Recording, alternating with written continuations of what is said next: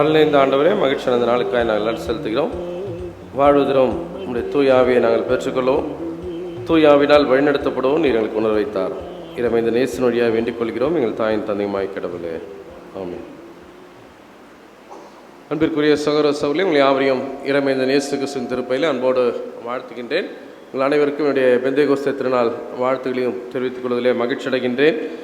படைப்பனைத்தையும் புதிதாக்குகின்ற தூய ஆவியானவர் தாமே உங்களையும் உங்களுடைய வாழ்வையும் புதிதாய் மாற்றும்படியாய் அன்போடு வாழ்த்துவதிலே மகிழ்ச்சி அடைகின்றேன். ஆண்டவர் இயேசுவினுடைய விண்ணேற்றத்திற்கு பிறகு, அவருடைய உயிர்த்தெழுதலுக்கு பிறகு 50 நாட்களுக்கு பிறகு பெந்தேகோஸ்தே திருநாள் என்கிற இந்த நாளை திருச்சபை நினைவு கூர்ந்தது. இந்த பெந்தேகோஸ்தே குறித்து சொல்லும்போது 3 காரியங்களை நாம் பார்க்கலாம். இது இஸ்ரவேல் மக்களுடைய 3 மிகப்பெரிய பண்டிகைகளில் இந்த பண்டிகையும் ஒரு பண்டிகை இல்லையா? இஸ்ரவேல் மக்கள் 3 பண்டிகையை கொண்டாடினார்கள். அவருடைய வாழ்வின் மிக முக்கியமான நேரங்களை நினைவுபடுத்தக்கூடிய பண்டிகைகளாக இருந்தது. 3மே விவசாயம் சார்ந்த, அறுவடை சார்ந்த, கடவுளுக்கு நன்றி செலுத்தக்கூடிய ஒரு பண்டிகையாக இருந்தது. பிற்காலத்திலே ஆன்மீக அனுபவங்களை அதோடு இணைத்து அவர்கள் இந்த பண்டிகைகளை நினைவு கூர்ந்தார்கள் என்று சொல்லி நாம் பார்க்கலாம். அதில் ஒரு பண்டிகை தான் இந்த பெந்தேகோஸ்தே திருநாள் என்று சொல்லக்கூடிய ஒரு பண்டிகை. என்னென்ன பண்டிகை? 3 பண்டிகை. பஸ்கா பண்டிகை. ஏன் கொண்டாடினாங்க பஸ்கா பண்டிகை? எகிப்திலிருந்து பெற்ற விடுதலையை நினைவு கூறும்படியாக அந்த ஆட்டுக்குட்டியை அடித்து அதனுடைய இரத்தத்தை தன்னுடைய நிலைக்கால்களின் மீது தோய்த்து எகிப்திலிருந்து பெற்ற விடுதலையை நினைவு கூறுவதற்காக கொண்டாடப்பட்ட பண்டிகை. அதை எந்த அடிப்படையில் கொண்டாடினார்களா? விவசாயம் செய்து முதல் அறுவடையை சுவை பார்க்கின்ற பண்டிகையாக அந்த பண்டிகையை அந்த மக்கள் நினைவு கூர்ந்தார்கள். அடுத்து வாரங்களின் பண்டிகை. அப்புறம் அது என்னது? கூடார பண்டிகை இல்லையா? வனாந்திரத்தில் நாடோடிகளாக வராங்க. அப்படி வரும்போது நமக்கு தெரியும், அவங்க கீழ்ப்படியாமனாலே 40 ஆண்டுகள் வனாந்தரத்தில் அலைந்து திரிந்தார்கள். அப்படி அலைந்து திரியும் போது நிலையான ஒரு வீடு அங்கே கட்ட முடியாது. அதனால் என்ன பண்ணுறாங்கன்னா, கூடாரங்களில் போட்டு அந்த இடத்துல தான் அவங்க வாழ்கிறார்கள். எங்கெல்லாம் தங்குகிறார்களோ அங்கெல்லாம், மற்றபடி பயணத்தை மேற்கொள்கிறார்கள். ஆண்டவருடைய ஆலயமும் கூட அப்போது ஆசரிப்பு கூடாரமாக இருந்தது என்று சொல்லி நாம் பார்க்கலாம். அதை அந்த மக்கள் நினைவு கூறுகிறார்கள். எப்படி கடவுள் எங்களை இப்படியெல்லாம் கூடாரத்தில் இருந்துமே இப்போது ஆண்டவர்களுக்கு நிலையான ஒரு இடத்தை, ஒரு இல்லத்தை, ஒரு தேசத்தை கொடுத்திருக்கிறார் என்று சொல்லி கொண்டாடுவார்கள். இப்பொழுதும் பார்த்தீங்கன்னா வீட்டுக்கு வெளியே அந்த மக்கள் என்ன பண்ணுவாங்கன்னா, இலைகளை தரித்து அதிலே அந்த இரவு படுத்துக்கொள்வார்களாம். அப்படி படுத்துட்டு பார்க்கும்போது வானத்தின் நட்சத்திரங்கள் தெரியுமா?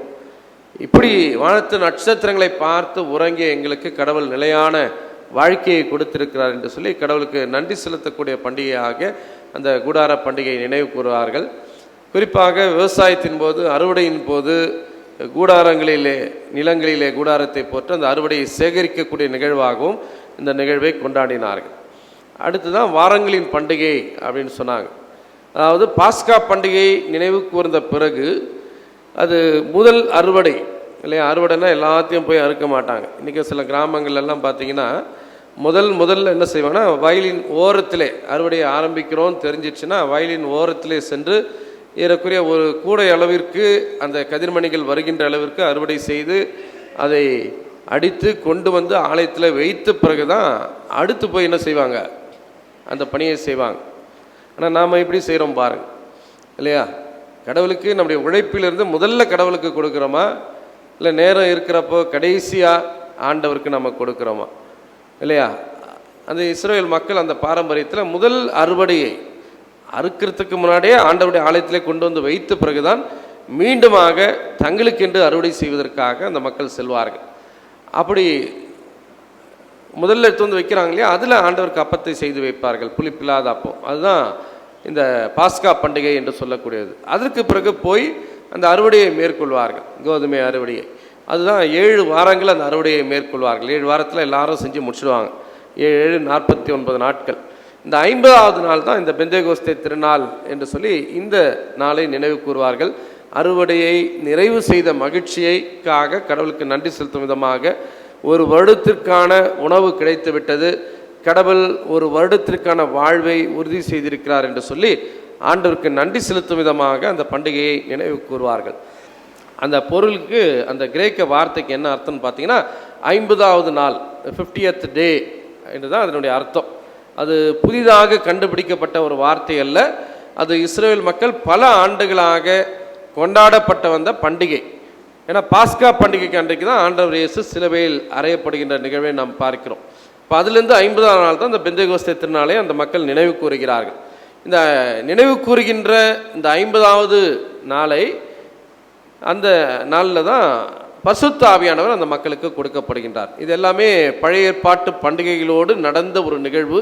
அந்த நிகழ்வை தான் இஸ்ரேல் மக்கள் இன்றைக்கும் அவங்க நினைவு கூறுகிறார்கள். திருச்சபை உருவான ஒரு நாளாக திருச்சபை இந்த நாளை கொண்டாடுகிறது என்று சொல்லி நாம் பார்க்க முடியும். அது மாத்திரமல்ல, இந்த நாளிலே இஸ்ரேல் மக்கள் மற்றொரு சிறப்பையும் நினைவு கூர்ந்தார்கள். இந்த மக்களை கடவுள் விடுவித்து வந்து விட்டார். விடுவித்து விட்டால் போதும், அப்படியே நீங்கள் வாழுங்க என்று சொல்லி அந்த மக்களை விட்டு விடவில்லை. மாறாக அவர்கள் எப்படி வாழ வேண்டும் என்று சொல்லி சீனாய் மலையிலே மோசையின் வழியாக கடவுள் அந்த மக்களுக்கு ஒரு முறை அல்ல 2 முறை ஆண்டவர் அந்த மக்களுக்கு கட்டளையை கொடுக்கிறார் இல்லையா. அதுவும் இந்த பண்டிகையில் கொண்டாடினார்கள். ஏதோ சாப்பிட்றதுக்கு கடவுள் எனக்கு உணவை தந்து விட்டார் என்று சொல்லி உணவை கொண்டாடுகிற மக்களாக மாத்திரமல்ல, வாழ்வதற்கான வழிகளை எங்களுக்கு வெளிப்படுத்தியிருக்கிறார் என்பதை கொண்டாடக்கூடிய பண்டிகையாக, கடவுளுடைய கட்டளைகளுக்கு நன்றி செலுத்தக்கூடிய பண்டிகையாகவும் இந்த பண்டிகைகளை அந்த மக்கள் நினைவு கூர்ந்ததை நாம் பார்க்கலாம். எனவே நாமும் கூட கிறிஸ்தவர்கள் என்று உடலளவிலே திருமுழுக்கு பெற்று திடப்படுத்தல் பெற்று வாழ்வது போதும் என்கிற மனநிலையோடு வாழாமல், கிறிஸ்தவர்கள் என்பதை நம்முடைய வாழ்வின் செயல்பாட்டின் வழியாக பிறர் அறிந்து கொள்ள வேண்டும் என்கிற எண்ணத்தோடு வாழ வேண்டும் என்பதை தான் இந்த பெந்தேகோஸ்தே நாள் நமக்கு உணர்த்துகின்ற செய்தியாக இருக்கிறது. நாம் வாழ்கின்ற இந்த உலகத்தில் பலவிதமான வார்த்தைகளை வழிகளை நாம் கேட்கிறோம் இல்லையா. ஒரு பரபரப்பு நிறைந்த ஒரு உலகம். அமைதியாக நம்மால் என்ன பண்ண முடியல, சில நிமிடங்கள் இருக்க முடியவில்லை. இதுதான் இந்த உலகத்தினுடைய நிலை. ஒரு இரைச்சலோடு, ஒரு சத்தத்தோடு, ஒரு போராட்டங்களோடு, பலவிதமான அறிவிப்புகளோடு இந்த உலகம் வாழ்ந்து கொண்டிருக்கிறது. ஒரு அமைதி இல்லாத ஒரு உலகமாக, ஒரு சப்தம் நிறைந்த உலகமாக இந்த உலகம் இருந்து கொண்டிருக்கிறது. இப்படிப்பட்ட உலகத்தில் கடவுளுடைய வார்த்தையை கேட்பதற்கு நாம் ஆயத்தமாக இருக்கிறோமா என்பதுதான் இன்றைக்கு நமக்கு கொடுக்கப்பட்டிருக்கக்கூடிய தலைப்பு என்று சொல்லி நாம் பார்க்கலாம். இந்த உலகில் ஆண்டவருடைய வார்த்தையை கேட்க ஆயத்தப்படுகிறோமா? நாம் வாசிக்க முதல் திருமறை பகுதியில் நாம் பார்க்கிறோம், கடவுளுடைய வார்த்தை எப்படி வருகிறதா. எலியா தீர்க்கதரிசிக்கு ஆண்டவருடைய வார்த்தை வரும்போது பார்க்கிறோம், நில நடுக்கத்தில் இல்லை, அது மின்னல் இல்லை, பெரிய நெருப்பில் இல்லை. அது எப்படி இருக்கிறது? அமைதியில் மெல்லிய ஒலியில் கடவுள் நம்மோடு கூட பேசுகிறார். இன்றைக்கு அப்படி மெல்லிய ஒலியில் நம்மோடு கூட பேசுகிற ஆண்டவருடைய சத்தத்தை நாம் கேட்டுக்கொண்டு இருக்கிறோமா? அல்லது ஆண்டவருடைய சத்தத்தை ஆர்ப்பரிப்பு நிறைந்த இடங்களிலும் மிகப்பெரிய ஒரு செயல்பாட்டுகளிலும் கடவுளுடைய சத்தத்தை காண்பதற்கு நாம் ஆசைப்பட்டு கொண்டு இருக்கிறோமா என்பதை உணரும்படியாக அழைக்கப்படுகின்றோம். காரல் பாத் என்று சொல்லக்கூடிய இறையியலாளர் சொல்லும்போது அவர் சொல்றாரு, விசுவாசத்திற்கு இது அடிப்படை என்று சொன்னால் நாம் காண்பதல்ல, மாறாக நாம் கேட்பதுதான் நம்முடைய விசுவாசத்திற்கு அடிப்படை என்று சொல்கிறார். காண்கிறவற்றை வைத்து நம்முடைய நம்பிக்கையை வளர்ப்பதற்கு கடவுள் நமக்கு அறிவுறுத்தவில்லை, மாறாக நாம் கேட்டதை வைத்து வாழும்படியாக கடவுள் நம்மை வலியுறுத்துகிறார் என்று சொல்லி நாம் பார்க்கலாம் இல்லையா. கேட்பது ரொம்ப கஷ்டமான ஒன்று. பேசுறதுன்னா நம்ம என்ன பண்ணலாம், பேசிக்கொண்டே இருக்கலாம். ஆனால் கேட்பது என்பது இந்த நாட்களில் மிக கடினமான ஒன்றாக இருப்பதை நாம் பார்க்கிறோம். லேர்ன் டு லிசன் என்று சொல்வார்கள் சைக்காலஜியில். அடிப்படையில் கேட்பதற்கு கற்றுக்கொள்ளக்கூடிய ஒருவரும் கேட்கக்கூடிய ஒருவரும் தான் தன்னிறைவு பெற்ற மனிதராக, அமைதி நிறைந்த மனிதராக வாழ முடியும் என்று சொல்லி சொல்வார்கள். எனவே கேட்பதற்கு கற்றுக்கொள்ள வேண்டும். எதை கேட்பதற்கு? கடவுளுடைய வார்த்தைகளை கேட்பதற்கு, கடவுள் நமக்கு கற்றுக் கொடுக்கிறவர்களை கேட்பதற்கு, கடவுளுடைய கற்பனைகளை கேட்பதற்கு. அதனால தான் இந்த பெந்தேகோஸ்தே திருநாள் கடவுளுடைய கட்டளைகளுக்கு செவி கொடுக்கிற நாளாக இஸ்ரவேல் மக்கள் நினைவு கூர்ந்தார்கள் என்று சொல்லி நாம் பார்க்கலாம். இந்த கடவுளுடைய வார்த்தையை கொண்டாடுவதற்காகத்தான் இந்த அப்போஸ்தலர் 2ஆம் அதிகாரத்தில் நாம் பார்க்கிறோம். அந்த திருநாளின் போது இஸ்ரவேல் மக்கள் அனைவரும் அங்கு கூடி வருகின்ற காட்சியை நாம் பார்க்கலாம். என்ன இந்த பெந்தேகோஸ்தே திருநாள் அடிப்படையாக நமக்கு எதை ஏற்படுத்தி கொடுத்திருக்குது என்று சொல்லி பார்த்தீங்கன்னா, முதல்ல பார்த்தீங்கன்னா இதை கொண்டாடின மக்கள் யார் இதை கொண்டாட முடியும் அப்படின்னு நீங்கள் பார்த்தீங்கன்னா, பயாலஜிக்கலாக இஸ்ரவேலாக இருந்தால் மாத்திரம்தான் நீங்கள் இந்த பண்டிகையை நினைவு கூற முடியும். அவங்க தான் நினைவு கூர்ந்தார்கள். இதுதான் வரலாறு. ஆபிரகாமுடைய சந்ததியாக, யாக்கோப்பினுடைய பிள்ளைகளாக, அந்த 12 கோத்திரத்தாக விருத்த சேதனம் செய்யப்பட்டவர்களாக இருந்தால் மாத்திரம்தான் இந்த பெந்தேகோஸ்தே பண்டிகையை கொண்டாடுவதற்கு தகுதியுடையவர்களாக கருதப்பட்டார்கள் என்று சொல்லி நாம் பார்க்கலாம். ஆனால் இந்த பெந்தேகோஸ்தே அனுபவம் நம்ம எப்படிப்பட்டவர்களாக மாறி இருக்கிறது, திருச்சபை எப்படிப்பட்டதாக மாற்றியிருக்கிறது என்று சொன்னால், அனைவரையும் உள்ளடக்கிய ஒன்றாக திருச்சபை மாறி இருக்கிறது என்று சொல்லி நாம் பார்க்கலாம். நீங்கள் இன்னும் ஆழமாக நம்ம பார்க்கணும்னா, வெளிப்படுத்தின விசேஷம் 7ஆம் அதிகாரத்தில் நீங்கள் பார்த்தீங்கன்னா, பரலோக ராஜ்யத்தை குறித்து யோவான் காண்கின்ற தரிசனத்தை இந்த இடத்துல நம்ம பார்க்கலாம். புதிய இஸ்ரேல் என்று சொல்லி அந்த 7ஆம் அதிகாரம் சொல்லப்பட்டிருக்கும். இந்த புதிய இஸ்ரேலே இஸ்ரவேல் மக்களாக 12 கோத்திரமாக பிறந்தவர்கள் மாத்திரம் கிடையாது. அதனால தான் பரலோக ராஜ்யத்தில் இந்த 12 கோத்திரத்தை சார்ந்த 12,000 பேர், ஏறக்குறைய 1,44,000 பேர் இருப்பார்கள் என்று சொல்லப்பட்டிருக்கிறது. அதே நேரத்தில் 9ஆம் வசனத்தில் பார்த்தீங்கன்னா, யாராலும் எண்ணிக்கையிட முடியாத பெருந்திரளான மக்கள்கள் நிற்கிறார்கள். அவர்கள் எல்லா நாட்டையும், எல்லா குலத்தையும், எல்லா மக்களினத்தையும், மொழியையும் சார்ந்தவர்கள். ஒரு கான்ட்ரடிக்ஷனான ஒரு கூட்டம் ஒன்றும் விண்ணுலகிற்கு செல்லக்கூடிய காட்சியை நம்ம பார்க்கலாம். இதுதான் திருச்சபை என்று சொல்லுகிறோம். இந்த திருச்சபை என்பது அனைவரையும், அனைவர் என்று சொன்னால் மக்கள் அனைவரையும் உள்ளடக்கிய ஒரு அமைப்பு, மக்கள் அனைவரையும் ஏற்றுக்கொள்ளக்கூடிய ஒரு அமைப்பாகத்தான் ஆண்டவர் இதை உருவாக்கினார் என்று சொல்லி நாம் பார்க்கலாம். அதனால தான் இந்த பகுதியில் பார்க்கலாம், எல்லா மொழியை பேசுகிறவர்கள், எல்லா இனங்களை சார்ந்தவர்கள், இல்லை எல்லா தேசத்தையும் சார்ந்தவர்களும் ஒன்றாக ஒரு குடையின் கீழாக கடவுளுடைய பிள்ளைகளாக இணைந்து வருகின்ற ஒரு அனுபவம் தான் திருச்சபை என்று சொல்லி நாம் பார்க்கலாம். அதனால தான் இந்த நாள் திருச்சபையினுடைய பிறப்பின் நாளாகவும் நினைவு கூறப்படுகின்ற காட்சியை நாம் பார்க்க முடிகிறது. இல்லை, எனவே இந்த 2ஆம் வசனத்தில் கூட பார்த்தீங்கன்னா, 2ஆம் அதிகாரம் 2ஆம் வசனத்தில் இந்த திருச்சபை உடைய உருவாவதற்கு, இந்த தூய ஆவியானவர் கொடுக்கப்படுவதற்கு எப்படி அந்த நிகழ்வு நடந்தது என்று சொல்லி பார்த்தீங்கன்னா, கொடுங்காற்று வீசுவது போன்ற ஒரு இரைச்சல் வானத்திலிருந்து உண்டாகி அவர்கள் அமர்ந்திருந்த வீடு முழுவதும் ஒலித்தது. மேலும் நெருப்பு போன்ற பிளவுற்ற நாவுகள் ஒவ்வொருவர் மேலும் வந்து அமர்ந்ததை அவர்கள் கண்டார்கள். அவர்கள் அனைவரும் தூய ஆவியால் ஆட்கொள்ளப்பட்டனர் என்று சொல்லப்பட்டிருக்கிறது. இல்லையா? ஒரு கொடும் காற்று வீசுவது போன்ற ஒரு இரைச்சல்.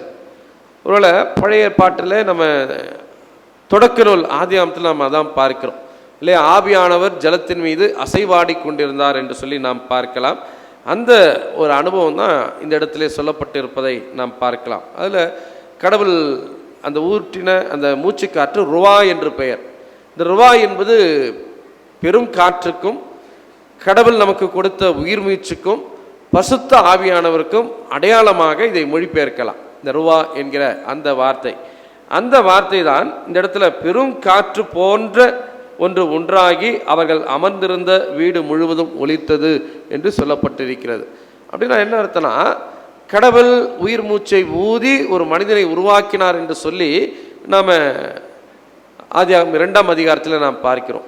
அப்போ கடவுளுடைய உயிர் மூச்சை பெற்ற மனிதன் ஆத்மாவாக, ஜீவாத்மாவாக மாறினான், உயிருள்ள மனிதனாக மாறினான் என்று சொல்லி நாம் பார்க்கலாம். இது ஒரு பயாலஜிக்கல் எக்ஸிஸ்டன்ஸ் என்று நாம் சொல்லலாம்.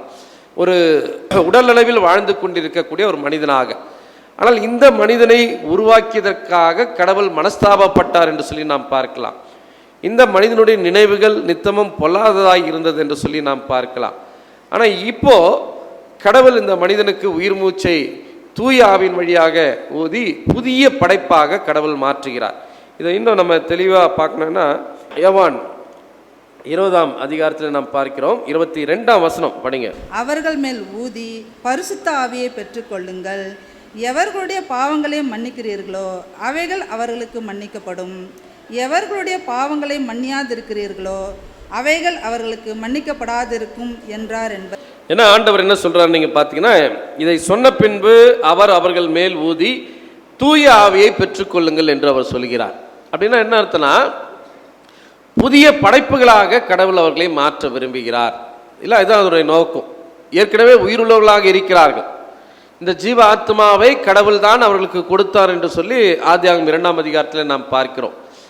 இவர்கள் ஒருவேளை உடல் அளவிலே மனிதர்களாக வாழ்ந்து கொண்டிருக்கிறார்களே தவிர கடவுள் விரும்புகிறவற்றை வெளிப்படுத்தக்கூடியவர்களாக இல்லை. அதனால தான் ஆண்டவர் இப்போது பசுத்த ஆவியை அவர்கள் மீது ஊதி ஒரு புதிய மனிதர்களாக, புதிய மக்களாக வாழும்படியாக கடவுள் அவர்களை வழிநடத்துவதை நாம் பார்க்கலாம். அந்த அமைப்பு தான் திருச்சபை. அதனால தான் திருச்சபை குறித்து சொல்லும் போது சொல்கிறாங்க, உலகிற்கு ஒத்தவர்களாக வாழும்படியாக அழைக்கப்பட்ட அமைப்பல்ல திருச்சபை, மாறாக கடவுளுடைய பிரதிநிதியாக வாழும்படியாக அமைக்கப்பட்ட ஒரு அமைப்பு தான் திருச்சபை. இன்றைக்கி நம்ம திருச்சபை எப்படி நம்ம நடத்துகிறோன்றது வேற.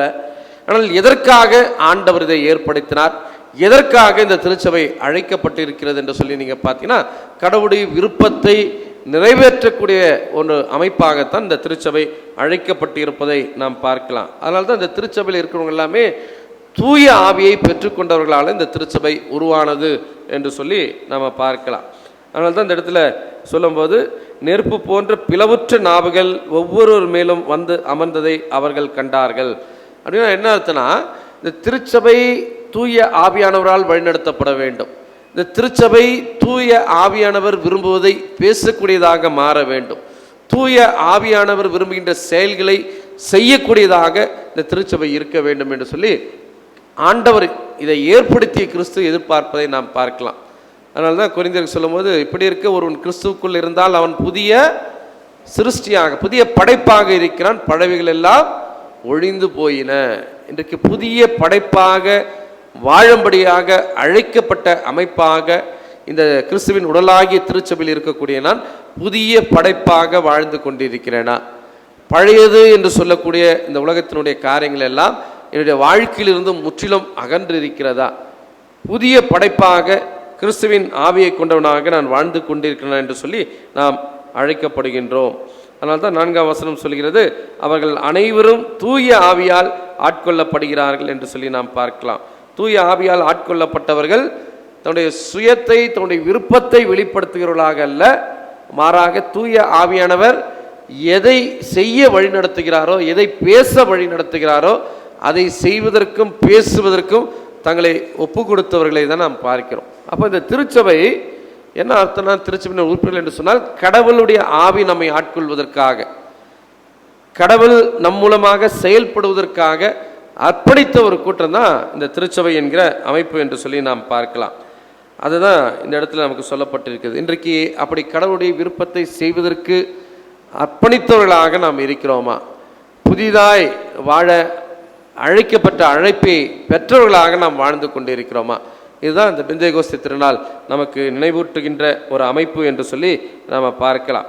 அதை தொடர்ந்து என்ன நடக்குது அந்த இடத்துல நீங்கள் பார்த்தீங்கன்னா, வானத்தின் கீழ் உள்ள அனைத்து நாடுகளிலிருந்து வந்திருந்த இறைப்பற்றுள்ள யூத மக்கள் எருசலேமிலே தங்கியிருந்தார்கள் என்று சொல்லி நாம் பார்க்கலாம். நமக்கு தெரியும், இஸ்ரேல் மக்கள் வந்த நாள் முதற்கொண்டு சில ஆண்டுகள் அமைதியாக இருந்தாங்க. 722 கிமு 722 2 தேசமாக பிளவுற்றுகிறது. அசீரியர்களிடத்திலே வடதேசம் அழிந்து போகிறது, தென் தேசமோ பாபிலோனிடத்தில் அழிந்து போகிறது. அதைத் தொடர்ந்து பாரசீகரிடத்தில் அடிமைகளாக இருக்கிறது, கிரேக்கிடத்தில் அடிமைகளாக இருக்கிறது, ஆண்டவர் இயேசுவின் நாட்களிலே ரோமரிடத்தில் அடிமைகளாக இருக்கிறது. இப்படி பல நேரங்களிலே பல தேசத்தின் மக்களிடத்தின் கீழாக இருந்தபடினாலே மக்கள் பல இடங்களுக்கு சிதறி வாழும்படியாக சென்றார்கள். இன்றைக்கு உலகமெங்கும் இருக்கக்கூடிய எல்லா நாடுகளிலும் இருக்கக்கூடிய ஒரு இனம் எது என்று சொன்னால் யூத இனம் என்று சொல்வார்கள். அந்த அளவுக்கு சிதறடிக்கப்பட்ட இந்த யூதர்கள் அவங்க அந்த நாட்களிலே பார்த்தீங்கன்னா எருசலேமிலே வந்து இந்த பண்டிகைக்காக கூடக்கூடிய ஒரு வழக்கம் இருந்தது. பல நாடுகளுக்கு சென்றதுனால, பல தலைமுறையாய் அங்கே வாழ்ந்ததுனால இந்த யூத அந்த மொழியை மறந்து விட்டார்கள் இல்லையா? இந்த மொழியை பார்த்தீங்கன்னா கிரேக்க மொழி தான் அதிகமாக பயன்படுத்தப்பட்டது, எபிரேய மொழியை மறந்துட்டாங்க. இப்படிப்பட்ட நேரத்தில் தான் பல மொழியை பேசுகின்ற யூதர்கள் பல நாடுகளில் வசிக்கக்கூடிய யூதர்கள் இந்த பெந்தேகோஸ்தே பண்டிகைக்காக இணைந்து வந்திருக்கிறார்கள். அப்போ தான் தூய ஆவியானவர் வழியாக அந்தந்த மொழியிலே கடவுளுடைய வார்த்தை சொல்லப்படுகிறது என்று சொல்லி நாம் பார்க்கலாம் இல்லையா? அந்த ஒலியை கேட்கக்கூடிய திரளான மக்களுள் ஒவ்வொருவரும் தம் சொந்த மொழிகளில் அவர்கள் பேச கேட்டு குழப்பமடைந்தார்கள். எல்லோரும் அழைத்து போய் இதோ பேசுகின்ற இவர்கள் அனைவரும் கலிலேயர் அல்லவா? அவ்வாறு இருக்க நம்முடைய தாய்மொழிகளில் இவர்கள் பேசுவதை நாம் ஒவ்வொருவரும் கேட்பது எப்படி என்று சொல்லி வியப்போடு பார்த்தார்கள் என்று சொல்லி இங்கே சொல்லப்பட்டு இருப்பதை நாம் பார்க்கலாம். இப்படி ஒன்றிணைக்கக்கூடிய விதத்திலே, அனைவருக்கும் புரியக்கூடிய விதத்திலே, அனைவருக்காக செயல்படக்கூடிய விதத்தில் தான் கடவுள் இந்த கடவுளுடைய மக்களை தன்னுடைய தூய ஆவியின் மூலமாக ஆட்கொண்டார் என்று சொல்லி நாம் பார்க்கலாம். அப்போ அவங்க பேசுகிற வார்த்தைகள் பார்த்திங்கன்னா அவங்க விரும்பி பேசுகிற வார்த்தைகள் அல்ல, அவளை பேசுகிற மொழிகள் அவர்களுக்கு தெரிந்த மொழிகள் அல்ல, மாறாக பிறருக்காக அவர்கள் அர்ப்பணிக்கப்பட்டவர்கள் என்பதற்கு அடையாளமாக பிறருடைய மொழிகளை பேசக்கூடிய மக்களாக அவர்கள் அங்கு இணைந்திருந்ததை நாம் பார்க்க முடிகிறது. அதுதான் இந்த பகுதி முழுவதும் சொல்லப்பட்டிருப்பதை நாம் பார்க்கலாம். ஒருவேளை இதில் எல்லாவற்றிலும் கடவுள் சொல்ல விரும்பின ஒரே காரியம் ஒன்னஸ், அந்த ஒருமைப்பாட்டின் ஆவியை இந்த இடத்துல ஏற்படுத்தும்படியாக கடவுள் விரும்புகிறார் என்று சொல்லி நாம் பார்க்கலாம். ஒருவேளை திருச்சபை ஒன்றிணைந்து வாழும்படியாக அழைக்கப்பட்ட ஒரு அமைப்பு. அதனால்தான் ஆண்டவர் பரிசுத்த ஆவியானவரை கொடுத்து இந்த திருச்சபையை ஒன்றாக இணைத்திருக்கிறார் என்று சொல்லி நாம் பார்க்கலாம். ஒருவேளை உடல் அளவிலே நாம் பல்வேறு பிரிவுகளோடு இணைந்திருந்தாலும் உள்ளத்தின் அளவிலே இன்னும் நாம் இணைந்து வாழ வேண்டும் என்பதை தான் இந்த பெந்தேகோஸ்தே திருநாள் நமக்கு சுட்டி காட்டுவதை நாம் பார்க்கலாம். எந்த இடத்துல ஒன்னஸ் இருக்கிறதோ அந்த இடத்துல தான் கடவுள் செயல்பட முடியும். மற்றபடி வெறும் கட்டிடங்களை நாம் கட்டிவிடலாம், ஆனால் மனித உள்ளங்களை நாம் கட்ட முடியாது. இன்றைக்கு திருச்சபை பிரிந்து பிரிந்து இருப்பதனால தான் இன்றைக்கு எத்தனையோ ஊழியங்கள் நம்ம செய்தாலும், எத்தனையோ பேர் எழும்பினாலும், பல கோடி ரூபாய்கள் நம்ம இன்வெஸ்ட் பண்ணாலும் கூட கிறிஸ்தவனுடைய எண்ணிக்கை இன்னும் பெருகவில்லை, குறைந்து கொண்டே வருவதை நாம் பார்க்கிறோம். ஏனென்று சொன்னால் ஒற்றுமை இல்லாமல் நாம் செய்கின்ற ஊழியங்கள், அன்பில்லாமல் நாம் செய்கின்ற ஊழியங்கள், கடவுள் மேலே நம்பிக்கை இல்லாமல் செய்கின்ற ஊழியங்கள் இல்லை. நம்முடைய சாட்டிஸ்ஃபேக்ஷனுக்காக நம்ம செய்யலாம் இதெல்லாம் சொல்லிட்டு, ஆனால் ஆண்டவருடைய அந்த ஒற்றுமையின் ஆவி இல்லாதனால, அந்த தூய ஆவியினுடைய கிருபை இல்லாதனால தான் பல நேரங்களில் நாம் செய்கின்ற பணிகள் இன்றைக்கு பலனற்ற பணிகளாக போய்விடுவதை நாம் பார்க்கலாம். ஒரே திருச்சபை உண்டென்று விசுவாசிக்கிறேன் என்று சொல்லக்கூடிய நாம் இன்றைக்கு தான் பல திருச்சபைகளுக்கு சென்று பல திருச்சபைகளை ஏற்படுத்தி கொண்டு, பல பிரிவுகளை ஏற்படுத்தி கொண்டு, பல பிரிவுகளை வளர்த்து கொண்டு வாழ்கின்ற மக்களாக வாழ்ந்து கொண்டு இருக்கிறோம். ஆனால் திருச்சபை என்கிற அமைப்பு ஒற்றுமைக்காக ஏற்படுத்தப்பட்ட ஒரு அமைப்பு, பிரிவினைகளுக்காக ஏற்படுத்தப்பட்ட ஒரு அமைப்பல்ல என்பதை உணர்ந்து கொள்ளும்படியாய் தூய ஆவியானவர் வழிநடத்துகின்றார். எனவே புதிதாய் பிறந்த இந்த திருச்சபையிலே புதிதாய் பிறந்தவர்களாக இணைந்து வாழ்வதற்கு நாம் முயற்சி செய்வோம். ஒன்றிணைப்பின் மக்களாக வாழ முயற்சி செய்வோம். கடவுள் நமக்கு கொடுக்கிற தூய ஆவியை பெற்றுக்கொண்டு புதிய ஆற்றல் உள்ளவர்களாக ஒருங்கிணைப்பின் ஆவியோடு வாழ்வதற்கு கடவுள் நமக்கு உணர்வை தருவாராக. செபிப்போம். அருள் ஆண்டவரே, இந்த மணமகன நாளுக்காக நாங்கள் நன்றி செலுத்துகிறோம். உடல் அளவிலே இஸ்ரவேலர்கள் என்று சொல்லி, மனதளவிலும் பல நாட்டினர் என்று பிரிந்திருந்த அந்த மக்களை ஒன்றிணைப்பதற்காக தூய ஆவியானவர் மூலமாக திருச்சபை என்கிற அமைப்பை நீர் ஏற்படுத்தி அனைவரையும் ஒன்றிணைத்திருக்கிறீர். இதோ ஆண்டவரே, இந்த நாட்களிலே இந்த திருச்சபையில் இணைந்திருக்கிற நாங்களும் தூய ஆவியை பெற்றுக்கொண்டவர்களாக உடல் அளவில் அல்ல, உள்ளத்தின் அளவிலும் ஆண்டவருடைய உயிர் மூச்சினால் தூய ஆவியினால் வழிநடத்தப்படக்கூடியவர்களாக, தூய ஆவியினால் பேசக்கூடியவர்களாக, தூய ஆவியினால் இணைந்து செயல்படக்கூடியவர்களாக வாழ்வதற்கு நீர் எங்களுக்கு உணர்வை தரும்படியாக குறிச்சபிக்கிறோம். ஒற்றுமை இருக்கக்கூடிய இடத்திலே தூய ஆவி அன்றைக்கு செயல்பட்டதை நாங்கள் காண்கிறோம். இன்றைக்கும் தூய ஆவியினர் செயல்படும்படியாய் ஒருங்கிணைந்து வாழ்வதற்கு நீர் எங்களுக்கு உணர்வை தாரும். உடைய தூய ஆவியை நான் வழிநடத்தப்படக்கூடிய பிள்ளைகளாக, தூய ஆவியினால் பிறரை ஒன்றிணைக்கக்கூடிய பிள்ளைகளாக, தூய ஆவினால் வாழ்கின்ற பிள்ளைகளாக வாழ்வதற்கு எங்களுக்கு உணர்வை தாரும். புதிய படைப்புகளாக வாழும்படியாக அழைக்கப்பட்டவர்கள் என்கிற அழைப்பை நினைவு கூற அந்த அழைப்புக்கு எங்களை ஒப்புக் கொடுக்க நீர் எங்களுக்கு உதவி செய்தரலாம். இந்த நேசர் வழியாய் வேண்டிக் கொள்கிறோம். தாயின் தந்தையுமாய் கடவுளே.